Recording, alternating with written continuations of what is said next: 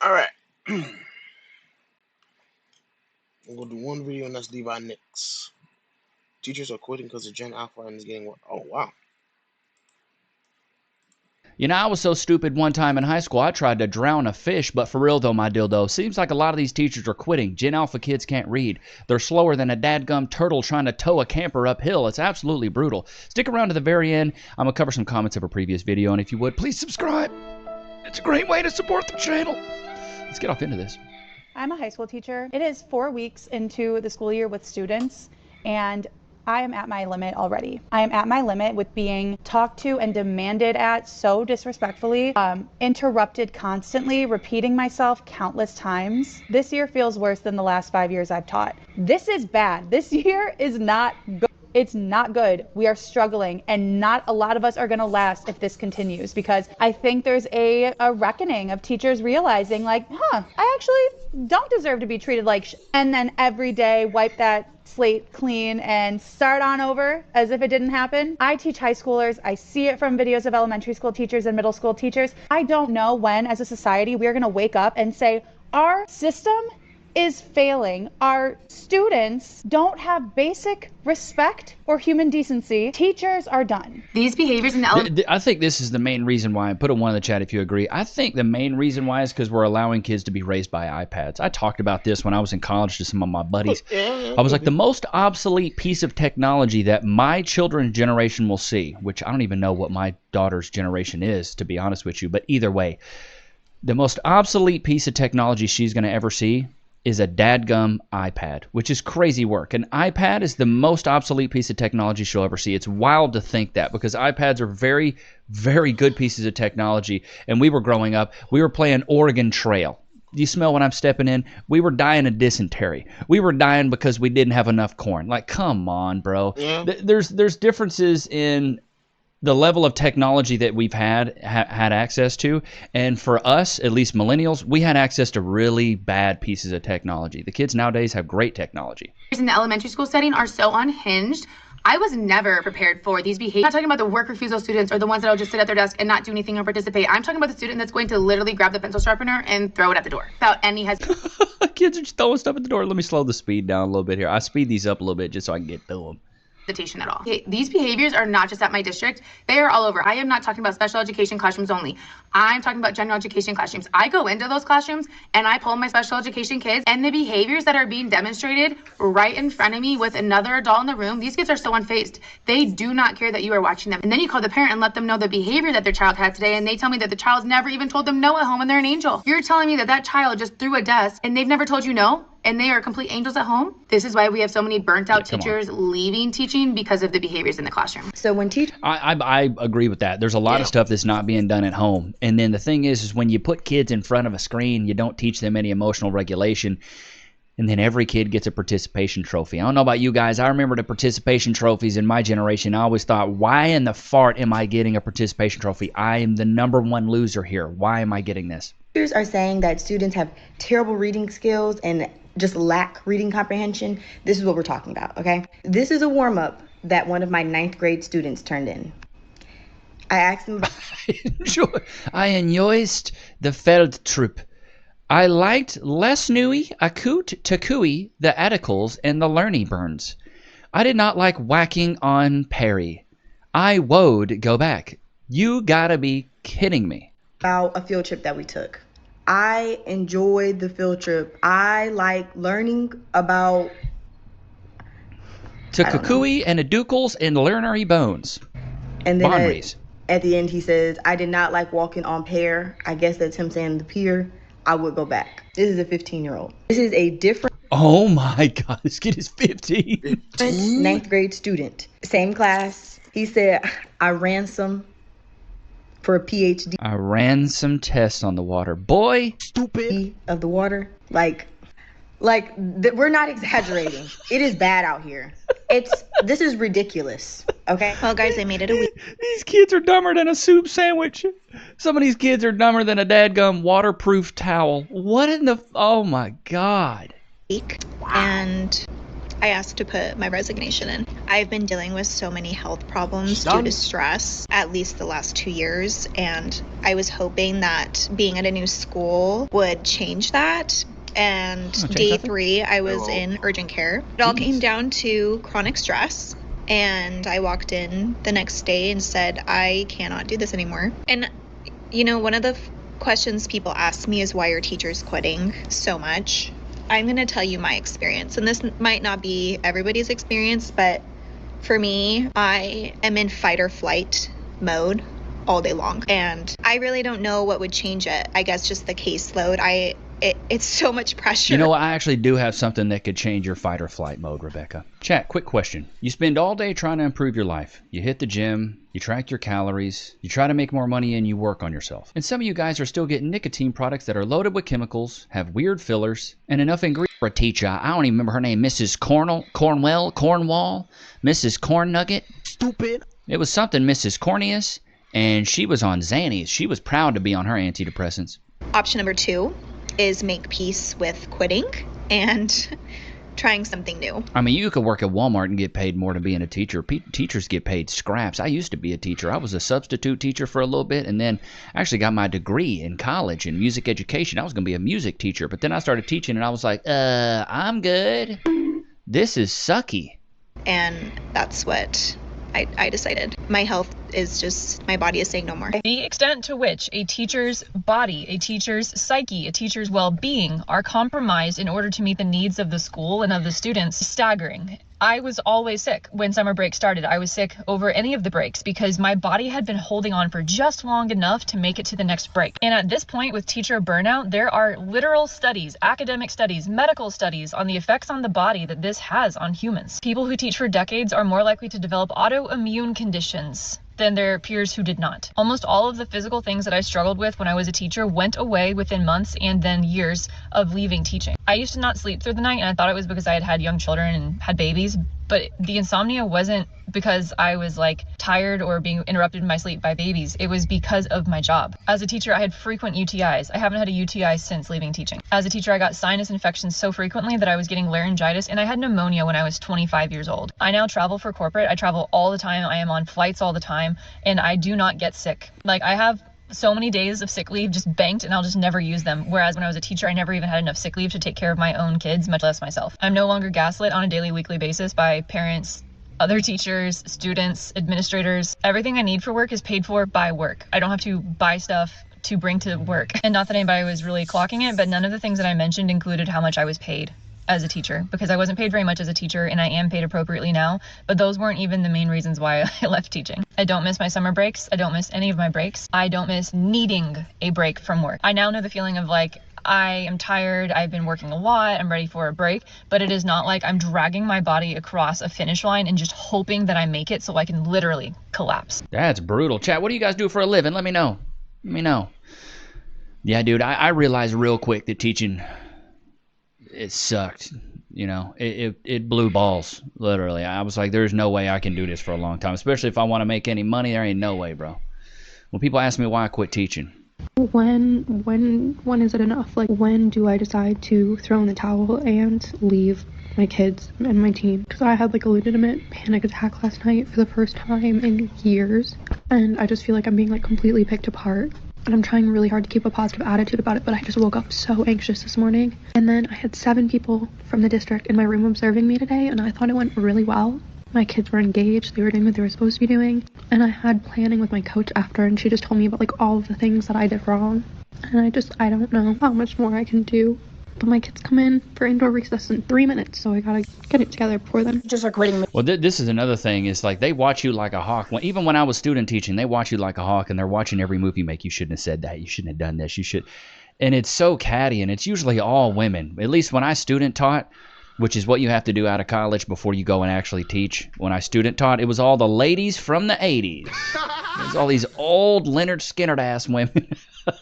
They all loved, like I love Michael Bolton, and it was all that, you know what I mean? And then I realized, like, and then they were trying to pimp me out. They were trying to pimp me out. My daughter's a sweet girl, you know? You might really like her. I was like, no thanks. I'm good. I really don't want to meet your daughter. I'm good. White teachers are quitting. Year again, at record numbers, is one of the reasons why. A student who wasn't assigned to meet on my classroom was let into my room by another adult, a teacher's aide, and repeatedly ignored my direction and instructions to leave. Eventually, she repeatedly called me up and threatened me with physical violence, which sent me into a panic attack. I called the office for support, and as soon as the dean of students showed up to my classroom, I left and I went to the stairwell to go cry and have a panic attack. Once I calmed down, which took my entire lunch, I was expected to go back and teach my classes, because we had a sub shortage and nobody could cover my classes for the rest of the day. By the end of the day, the videos that the student took of me circulated amongst the student body, and I ended that day sitting at my desk feeling the most powerless and defeated that I've ever felt in my entire life. The student was not given a consequence that was fitting. She was sent home for the day. That was it. I received no apology, no restorative circle from the student or the adult who let them into my classroom, and the paraprofessional received no disciplinary actions. He stood in my classroom and allowed his student to speak to me in a degrading, violent, and disrespectful manner. After that class period was over, Okay. First of all, you can't speak in a violent manner. Violence is physical, okay? Just because you got offended by the words doesn't mean the words were violent. Now, he can be disrespectful and demeaning. I always don't like, I told this line of speech being violent. You know, unless he says he's going to do something to you, but even then he's saying it, he's not doing it, so I don't know. Several students come up to me and say that they wanted to jump to my defense, but they were also afraid of that student and afraid of for their own safety. That's when I knew the profession I once loved was no longer the profession I needed or wanted, and I left a month later. And that story is not unique. Teachers aren't leaving because they don't care about the kids. They're leaving because the system no longer lets them teach kids. They're not allowed to teach self-management. They're not allowed to teach respect or accountability anymore. We are told to keep the peace, keep the bodies in the room. Some are even told, let the bodies hit the floor, let the bodies hit the floor, to pass at 20%. Damn, 20% of these kids dumb. Just get the kid the diploma. Dumber than a cordless extension cord. What is that? Pass them along so that the data looks good. But when we do that, we're not protecting the students. We're doing them a disservice because they are walking into a world that will hold them accountable. We could have taught them how to handle that with grace, empathy, and reflection. But instead, we're told to look the other way. See, I believe a lot of that stuff should be done at home. Put a 1 in the chat if you agree. This whole respect thing and how to be cordial, how to be nice, these things should be done at home. I shouldn't expect a teacher to teach my kid how to be nice. That's not a thing. So for me, it's like you need to teach your kids some decorum, how to be respectful, and things like that at home.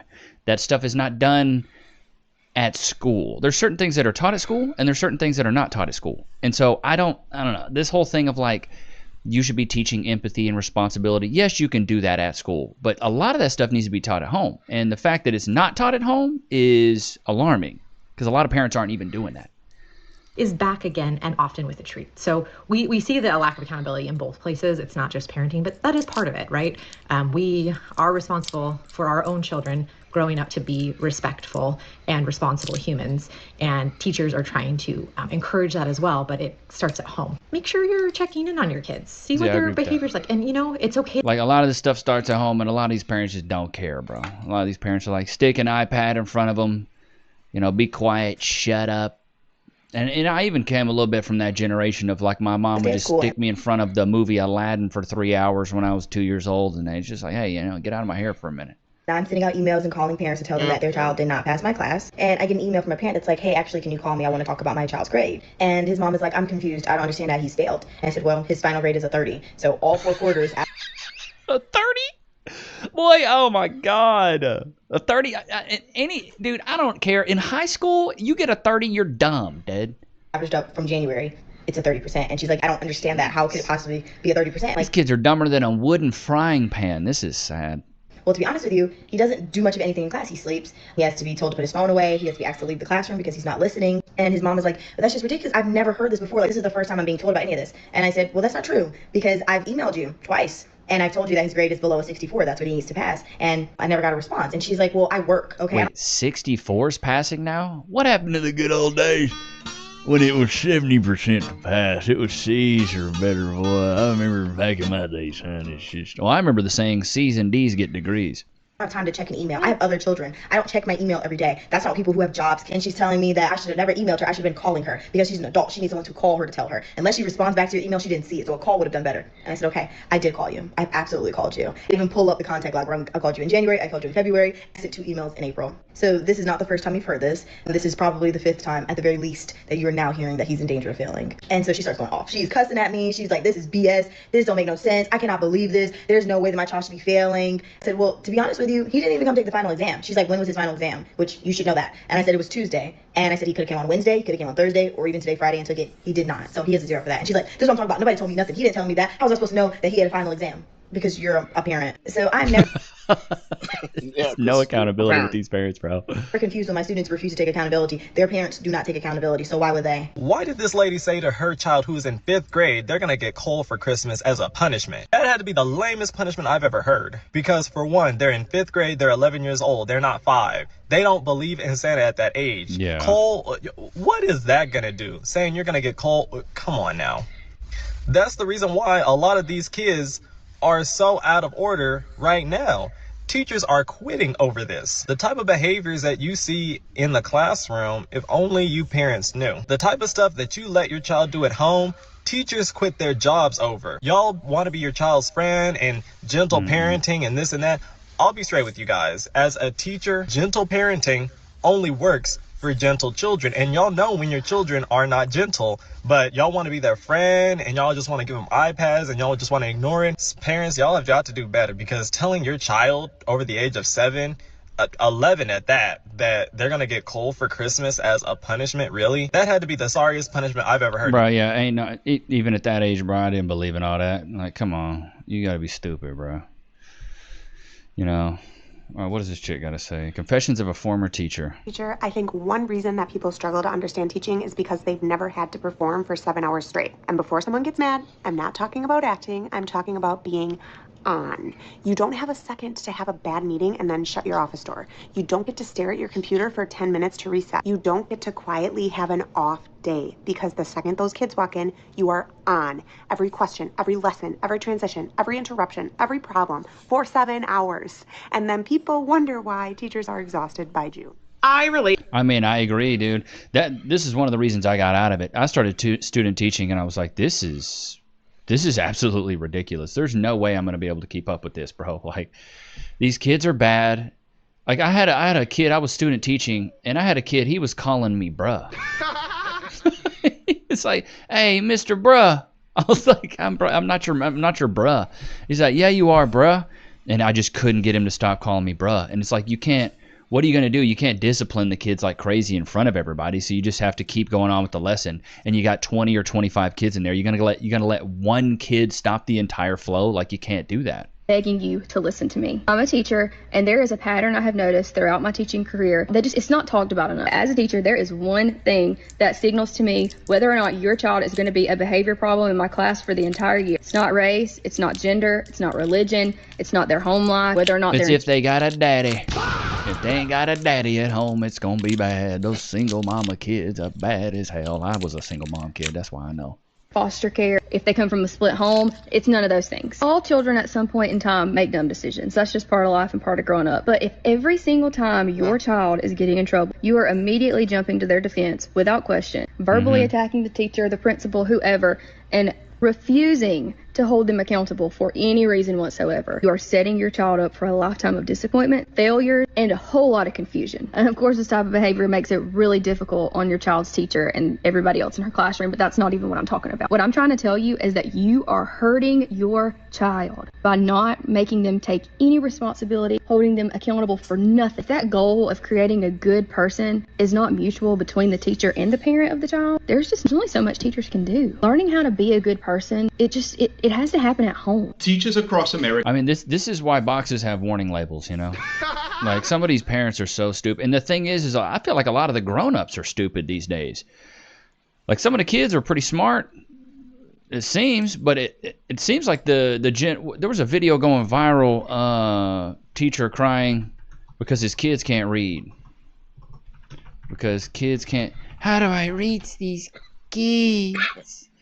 Yeah, this dude right here, he's like crying because his students can't read, bro. which is crazy work. This is a Texas teacher. Y'all showed y'all how good the education system is out here, bro. It is.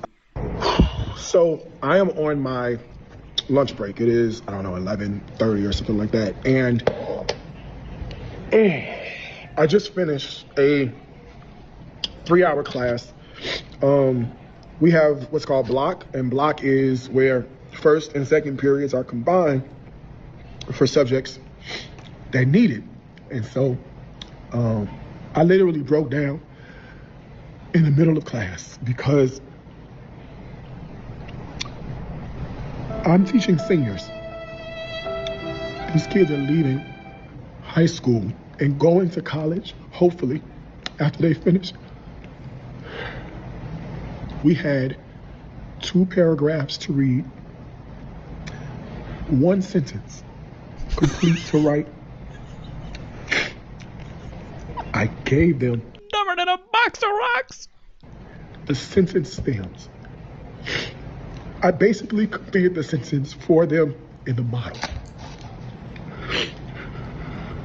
These are 17 seniors and 18-year-old kids. Can't read, bro. And they couldn't fill in 4 words. Oh, that's bad. That's real bad. 4 words. Stupid. I gave them the scenario. We annotated together. I gave them the answers before we even had the problem. And they couldn't do it. Damn. I don't know. I simply I have a theory of why I think this is. Don't know. I'll get into it in a second. Where the problem is. This is only day 2. And I have seniors who simply cannot read. Here's why I think it is. Put a 1 in the chat if you agree. Here's why I think it is. Numero uno is because we've turned our kids into consumption zombies. All they want to do is consume. They don't want to create anymore. We've taken creation out. When you create, it forces you to use parts of your brain that you typically wouldn't use. When you consume, you can just be on autopilot and you don't have to think. You can just go, you can just consume, right? Creating is what allows you to unlock certain levels of your brain. And without creation of Bill Clinton arguing with, okay, one sec. Without creation, kids aren't allowed to have the space to think critically. And a lot of kids can't think critically. They can barely even think. It's really sad because this is the future generation. This is the kids that are going to be trailblazing the new age of what's going on politically, what's going on economically. You got kids that can't do simple math. They're going to be, running the economy. Crazy to think. So here's what's going to happen. There's going to be an even greater divide of people that are high earners and low earners, because the people that aren't educated are going to be forced into hard labor jobs, construction, work in the streets, doing hard blue collar jobs. And the people that are intelligent will be doing these highly specialized jobs. But they always say that the A students are managed by the B students that work for the C students, because the C students are always willing to take a risk. For me, I was a C student. I was never an A student. I think I made my first C in 3rd grade. Stupid. Like, I wasn't smart. I wasn't. You wouldn't look at little old Levi and go, "That's a brainiac." A lot of room in the forehead for a brain there, but it's not there. It's not there. But for me, I'm a big risk taker. So I've tried a lot of different things, and now that I've actually succeeded in what I'm doing on YouTube, people look at it and go, "Wow, Levi's really smart." No, I'm not. I just took a lot of risks. A lot of people are very afraid of risk. The valedictorian, salutatorian from my grade, guess what they're doing right now? One's a physician's assistant, which pays well, and the other one's a math teacher. A math teacher. She went and got a master's to be a math teacher. She was the smartest girl in our grade, and she teaches math. Good Lord. Why? You're that smart for that. You should be running a company. You should have employees. You should be changing the world, not teaching kids multiplication and pre-cal and geometry. What is that? What is that? You chose to study that hard, do all that work, come in early, stay late to teach math. Get out of here, bro. All right, let's go over the comments from yesterday's video. We got the Clintons are beyond corrupt. This is from the Clinton video. Hillary's the worst of the crew, even worse than Ellen, a true monster. They'll be in hell before any justice happens on Earth. The country dodged a huge bullet when Hillary lost the elections twice. The Clintons are the most corrupt and evil in the U.S. Clinton got elected simply because he was a member of the club.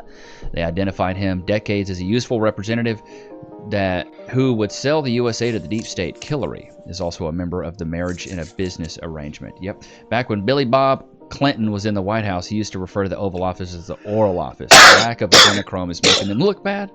The Clintons are sociopaths. Sociopaths rule the world. Stalin, Hitler, Mao, Pol Pot are recent examples. Schools get shot up because they are gun-free zones. Guess what happens when they're not in gun-free zones anymore? The only thing that stops a bad guy with a gun is a good guy with a gun. Full stop. I don't want to be anywhere near the day of judgment. Their judgment is knocking on the door. Knock, knock, knocking on heaven's door. But I'll give you a background on me. So I went to college for music education. I studied percussion. Thought I was going to be a music teacher. I really did. And then so when you're a teacher, you have to go do student teaching, okay? Which means for about, I think it's 12 weeks. It's close to a semester. You basically have to go teach in the grade levels you're looking to be certified in. I was K through 12 certified, so I had to go teach, get grades. Good words. Stupid. That's why I'm not a teacher. I had to go teach grades K through 12. I start off at the elementary school, which sucked. It was like a daycare. It was basically babysitting. Can't really get any lessons done. I'm trying to teach third graders about ukulele. Newsflash, it didn't work. It was like a pregnant woman on welfare. It didn't work. And so a lot of the things I was trying to get across I was trying to reach these kids. It wasn't happening because the kids don't care. And they just want to watch the TV. They just want to watch an iPad. They don't care to interact with each other. And then they're all bad. They're picking their boogers, smearing it on each other, sneezing in each other's faces. They don't wash their hands. They're pooping their pants. They're peeing their pants. And you're like, this is absolutely brutal. Why would I ever want to do this? But I'll say this. After I taught there for 5 or 6 weeks and I did my time there, the kids loved me. They're like, Mr. Nix, yay! We're so sad to see you go. I had a picture. At one point, I don't know where it is now, I had a picture of when they found out I was leaving. They were all so sad that I was leaving. That was the coolest part. That was the sweetest part, is that all the kids loved me and they were like, wow, we're really going to miss you. The part that wasn't cool was all the ladies from the 80s teachers trying to pimp me out. Hey, I got a nice daughter you should meet. I'm not trying to meet your daughter, Mrs. Harris. Thank you. She's a single mom and I'm good. Fast forward, middle school. Teach middle school, it's all right. These kids got attitudes, and when 6th, 7th, and 8th grade, there's something about those kids. They just don't care about anything, bro. All they want is to look cool. They don't want to practice. They don't want to work. They just want like, what's cool? I want to chase girls. I want to be cool, which kind of sucks. Then in high school, I was like, great, maybe these kids are serious. Because what I would do when I was in high school, when I was part of my drumline was pretty good. We went to competitions, we competed, we won first place, we did indoor drumline. We were the best part of the band was the drumline. So I took it very serious. All my friends were in drumline. We practiced outside of school, before school. We'd go over to each other's houses and practice. I get to the high school and I'm like, do you guys practice outside of band? And they're like, no, I hang out. Play video games. Like, they didn't care to practice. They weren't doing none of that. So I was like, okay, this is great. So I get to high school and I was like, all right, guys, let's hold a rehearsal after school. And they're like, we have to work. We can't. I was like, oh my God, like, you guys have jobs. Like, I got to help pay bills. Like, these kids are helping pay bills for their parents because their parents are so broke. And I'm like, dude, what kind of world are we living in? When I was in high school, I wasn't expected to have a job. I did have a job because I got an MIC. Stupid. A minor in consumption. And my mom said, you're going to pay me back, so you're going to go get a job. So I did. But if I wouldn't have got in trouble, I wouldn't have had a job. But there were some kids that I had, they had to go get jobs to help their parents pay the bills. I was like, this is wild work. These kids can't even be kids. It broke my heart. It really did. But then even in high school, a lot of these kids were in band. And I was like, so what do you guys want to do after, do you want to go to college for music? And they're like, no. I'm going to go study engineering. I'm going to go do this. I'm going to go do something that actually gets me paid. And I was like, dang. Because when I was in high school, everybody told me, go chase your dreams, Levi. Just you want to be a musician? Chase your dreams. I chased them, and I made no money. Went and got a music ed degree. After I did my student teaching, got my degree, then I moved to Austin, Texas. I taught in North Austin. Low socioeconomic school. I was a substitute, essentially, and like a tech is what they call it in band, when you're just there to kind of teach one thing. And I taught the drum line for about 6 weeks and quit, and then went and got a sales job. And then I never turned my back since until now I'm full-time on YouTube. But when I was teaching there and doing that substituting / being a tech, kids could care less about band. They didn't care. I had kids getting arrested. I was like, where's Maria?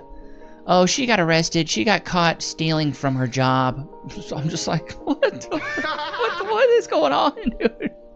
Kids are so disrespectful, calling me Mister. Hey, Mister. It was mainly a Spanish school. Hey, Mister. It was just that all the time. Didn't know my name. Didn't care to know my name. Wanted to call me by my first name. I was like, I can't do this. I can't, and I'm working 50, 60-hour weeks and getting paid scraps. Like, I can't do this stuff, dude. So then I got into sales. I say all this to say, if you're not happy with where you're at in your career, your job, or whatever you're doing, you feel like you're working too hard, you're not getting paid enough, it's never too late to switch, dude. I started my YouTube channel when I was 33 years old. 33. A lot of people think, oh, YouTuber? You got to start when you're 23. You got to start when you're 22. No, you don't. You can start when you're young. You can start when you're old. It doesn't matter. I started when I was 33, and now I'm full-time, about to be 36 in September.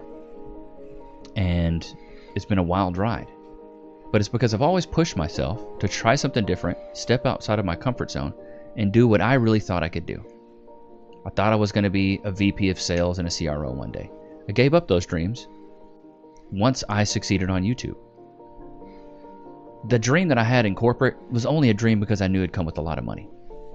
The real dream was working for myself, having my own company, having my own employees, and doing my own thing, which is what you guys have allowed me to do. So I want to say thank you. If you stuck around this long, I really do appreciate you guys. Thank you so much for allowing me to create videos and make you guys laugh every day. It seriously warms my heart. And I thank God every day of how blessed I am, and express all my gratitude for the fact that I get to wake up every day and make stupid videos that people enjoy. It warms my heart. I'm about to cry. God, I'm about to cry. But for real though, my dildo, it's been good to have you guys out. Ain't that right, Lokes? Whoop-de-doo. You could care less. But I hope you guys enjoyed today's video. Don't forget to like, comment, subscribe. It's always good to have you guys out, man. Until next time. Peace.